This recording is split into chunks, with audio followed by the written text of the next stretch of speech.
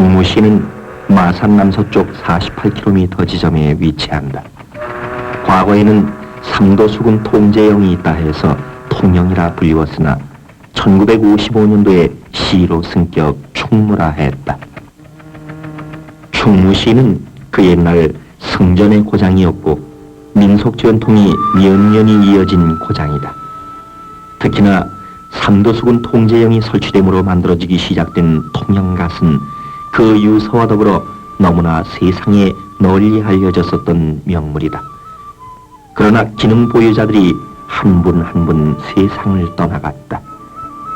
통영갓의 명의는 모만환, 김봉주, 호재구 세 분이었다.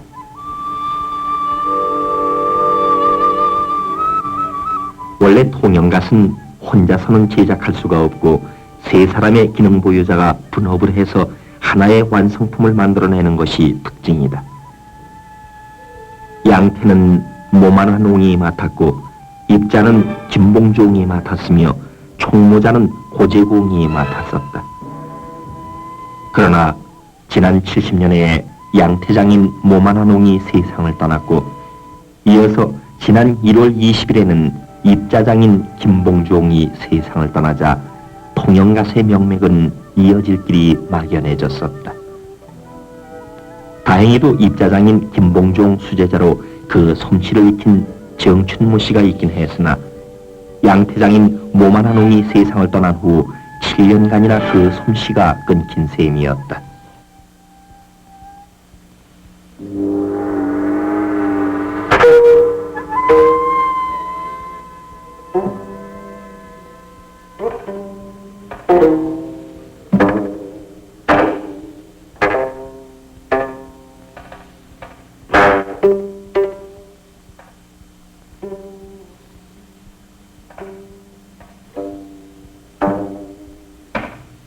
통영갓의 전통을 이어나가기에 온갖 정성을 다 기울이고 있는 정춘모 씨는 올해 39을 손꼽는 한창 나이이다.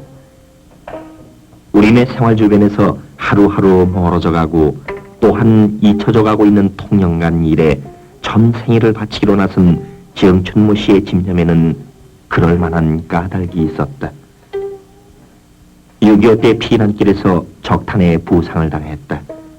그래서 앉아서 할 수 있는 일거리를 찾아 나선 것이 김봉주 옹을 만나게 된 계기였다. 양반들의 멋과 위용을 한껏도 구워주던 가시건만 이를 만드는 장인들의 노고는 고난의 가시밭길이다. 대나무를 만져야 하며 자칫하면 손은 상처투성이가 되고 오치를 해야 되므로 옷을 타는 사람에게는 이 또한 어려운 일을 밖에 없다. 그래서 손에서는 붕대가 떠날 날이 없고 얼굴에는 쌀을 씹어 발라 옷을 예방하는 번거로움도 겪어야만 했다. 그래도 정춘모 씨는 스승 김봉주 옹의 입자 솜씨를 익히는 데 한 걸음도 물러서지를 않았다.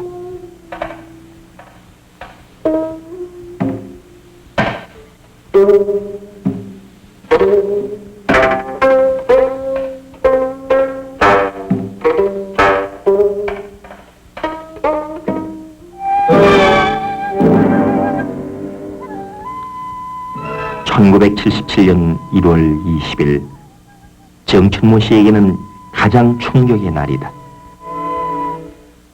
김봉주 선생께서 일찍 세상을 떠날 줄은 정말 생각도 못했습니다. 막상 선생님이 세상을 떠나고 되니 토영 본통가서 전통을 원령 그대로 살려가려고 생각해보니 난점이 많습니다.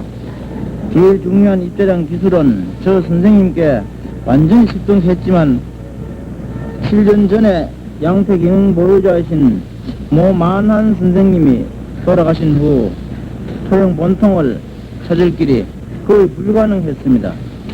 그래서 양태 기능 보유자를 찾으려고 여러 곳을 수소문해보고 직접 군천, 골교, 남원 등을 돌아다니며 찾아 헤맸습니다만 그러나 헛수고였어요. 그 남한 일대로 쏘다니며 양태 기술자를 찾아 헤맸습니다. 부모와 처자식을 생각도 해보지 못했습니다. 오로지 양태 기술자만을 찾아 방방곡곡을 미치듯 뛰어다녔으니까요.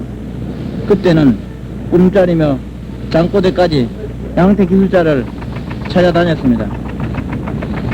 그런데 어느 날 고성에서 지나오다가 알만한 노인 한 분 계시길래 물어보니 옛날에 양태하던 노인이 한 분이 거제도에 있다고 했습니다.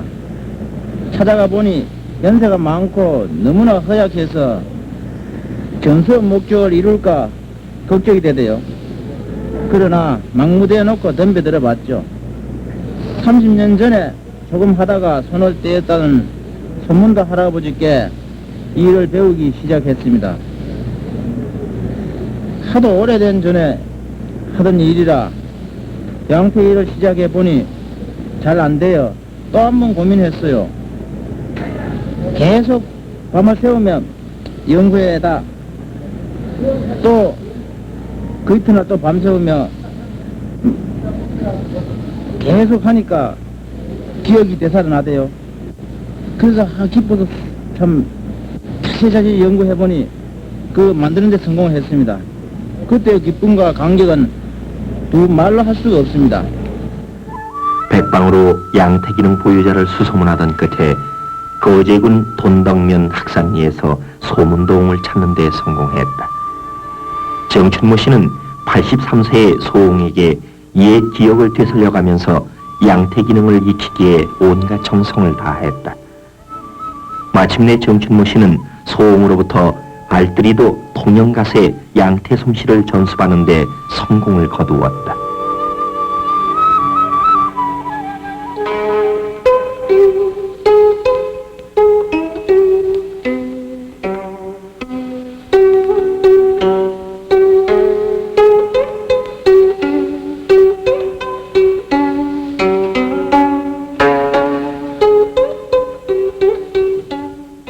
그러나 양태를 제대로 만들어내기란 쉽지가 않다.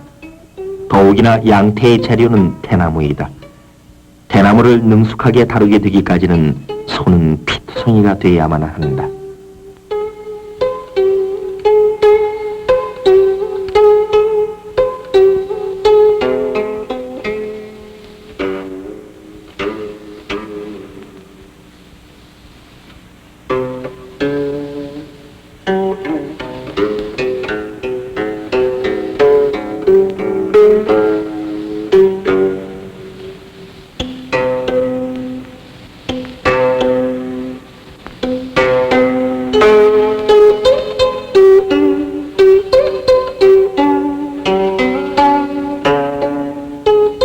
대를 가늘게 쪼개는 작업이 끝나면 이를 다시 곱게 다듬고 매만진 다음 이를 또다시 시로리처럼 비벼내야 한다. 대를 가르는 솜씨를 익히는데 피투성이가 됐다면 대실을 뽑아내는 과정에서는 마음의 주름이 늘어야만 한다. 그만큼 긴장돼야만 한다. 또한 그만큼 몰입해야만 된다. 그리고 온갖 정성을 티 없이 고스란히 바쳐야만 한다.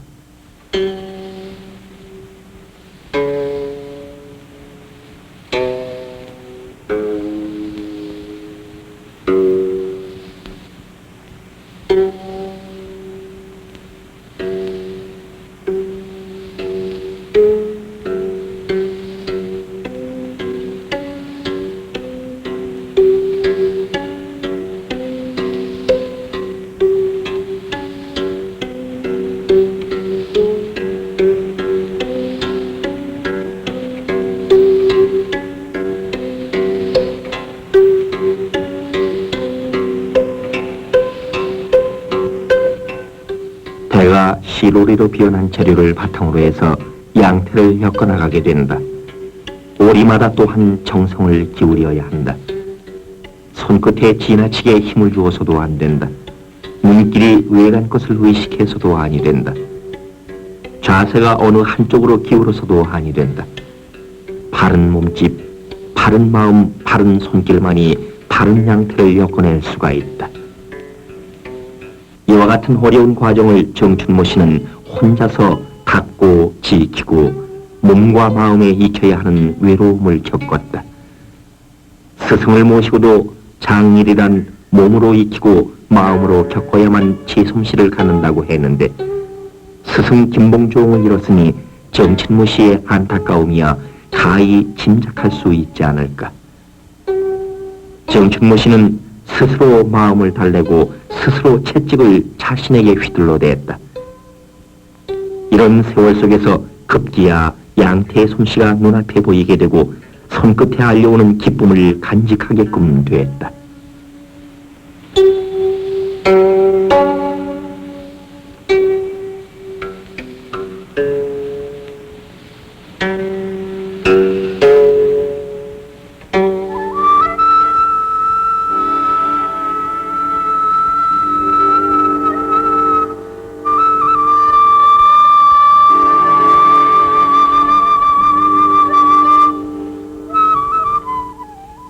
총모자라 함은 말총이나 또는 쇠꼬리에 털로 자른 가세의 윗부분을 말합니다. 이제 전생애를 바쳐온 80고령의 고제구옹 또한 몸져 누워 8년 전 옛날을 말해줄 뿐이다.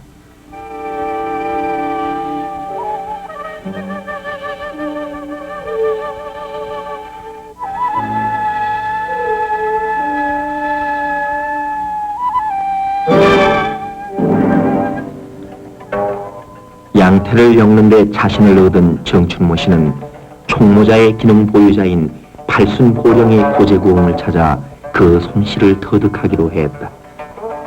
통영가수의 전통을 이어보려고 결심하고 나선 정춘모 씨는 천상 통영가수를 이루게 하는 세 사람의 솜씨를 한 몸에 익혀둘 수밖에 없었다. 세월이 갈수록 전통공예의 자랑은 사라질 염려가 커진다. 그러나 한편으로 전통공예의 전승을 위해서 젊음을 걸고 있는 뜻있는 이들이 있으면 퍽이나 다행스럽다.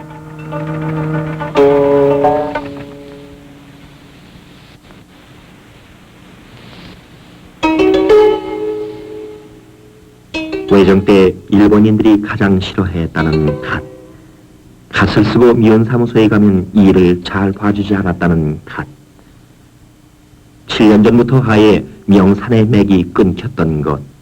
그러나 다행히 김봉종에게서 입자의 기술을 익힌 정춘모 씨가 백방으로 양태 기능 보유자를 수소문 끝에 거제에서 이미 이 일에 손을 뗀 소문동을 찾아 기술을 전수받는 데 성공을 했고 총모자의 고제고음과 함께 다시 갓을 만들기 시작하여 갓갓으로 명맥을 잇게 됐다. 고제공도 고령으로 여생에 얼마 남지 않았기에 정춘모 씨는 총모자 기술을 익히는데 전념을 기울이지 않을 수 없었다.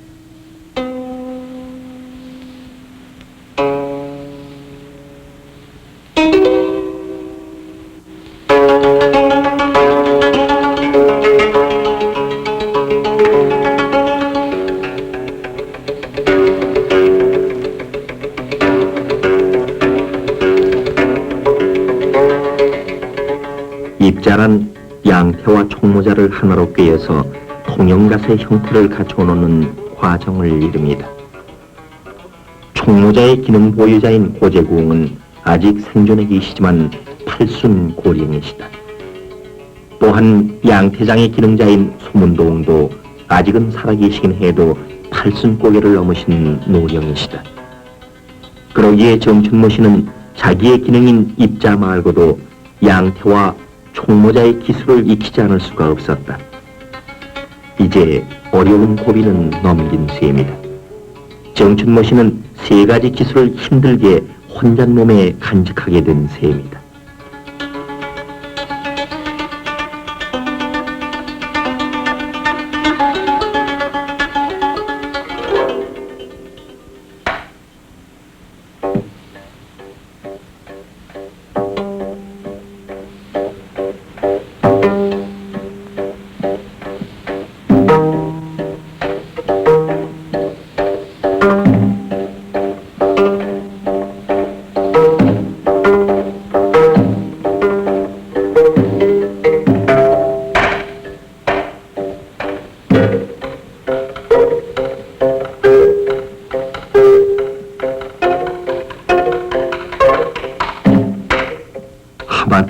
끊길 뻔했던 통영가세의 명맥이었다.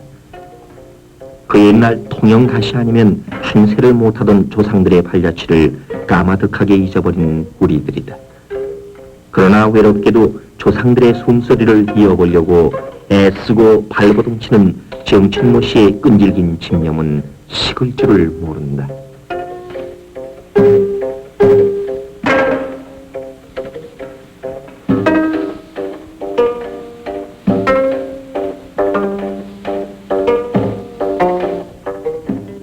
우리 조상들은 멋을 알고 애끼고 자랑했다. 그러나 우리 조상들이 한껏 몸에 지니었던 멋을 위해서는 이루 헤아릴 수 없는 잔손질이 뒤따라야만 했다. 통영갓을 만드는 이렇듯 복잡한 과정만으로도 우리 조상들의 멋의 깊이가 짐작간다.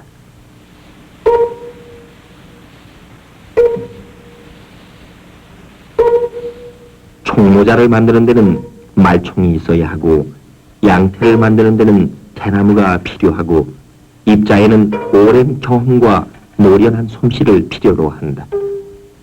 인두의 온도를 짐작해야 하고, 계량질의 강약이 가세의 멋을 좌우한다. 그리고 먹칠을 해야 하고 이어서 오칠을 입혀야만 한다. 특히 입자는 계량질 여하에 따라서 그 균형이 좌우된다고 하니 잔손질이 부지기수로 들어야 하는 제작 과정이라 하겠다. 또한 그 한 과정 한 과정이 섬세한 정성이 기울여져야 하고, 이렇게 해서 보름이나 걸려야 겨우 한 개의 완성된 통영갓의 탄생을 보게 된다.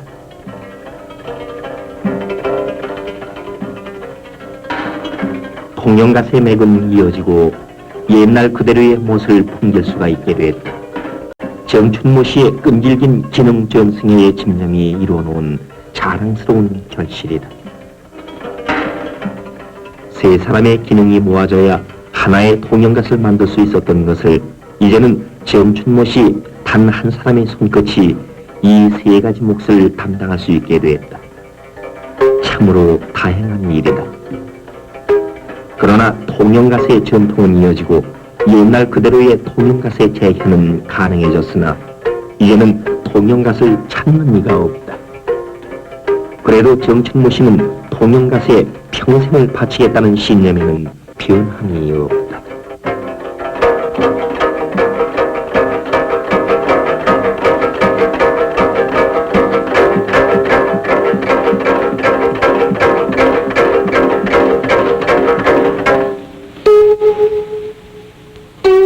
통영갓의 전통을 오늘에 되살려 돈을 벌 수도 없고 벌어보겠다는 생각은 할 수조차 없다. 통영갓은 특별한 경우 이외에는 찾는 사람도 없고 오늘날 우리네 생활에 필요치도 않다. 그래서 관광객을 상대로 하는 토산품점에 몇 점이 걸려있을 정도가 고작이다. 그래도 정춘모 씨는 통영갓을 계속 만들어내고 있다. 또한 이렇듯 보잘것없는 수입을 가지고도 스승 김봉종의 가정을 돌보는 도리를 잊지 않는다. 김봉종 이망님과 더불어 통영갓을 매만지는 시간은 정춘모 씨에게는 더없이 기쁨으로 넘친다고 한다.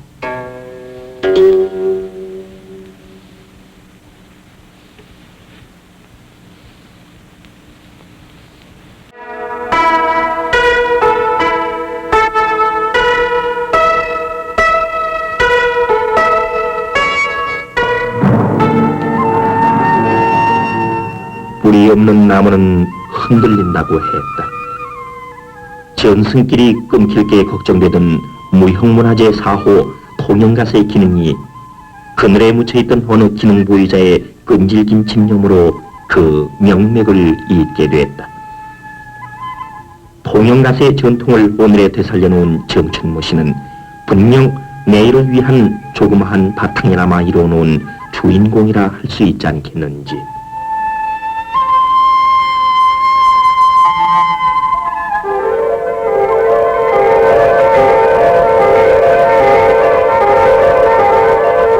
자꾸만 우리 고유의 것이 잊혀져 간다.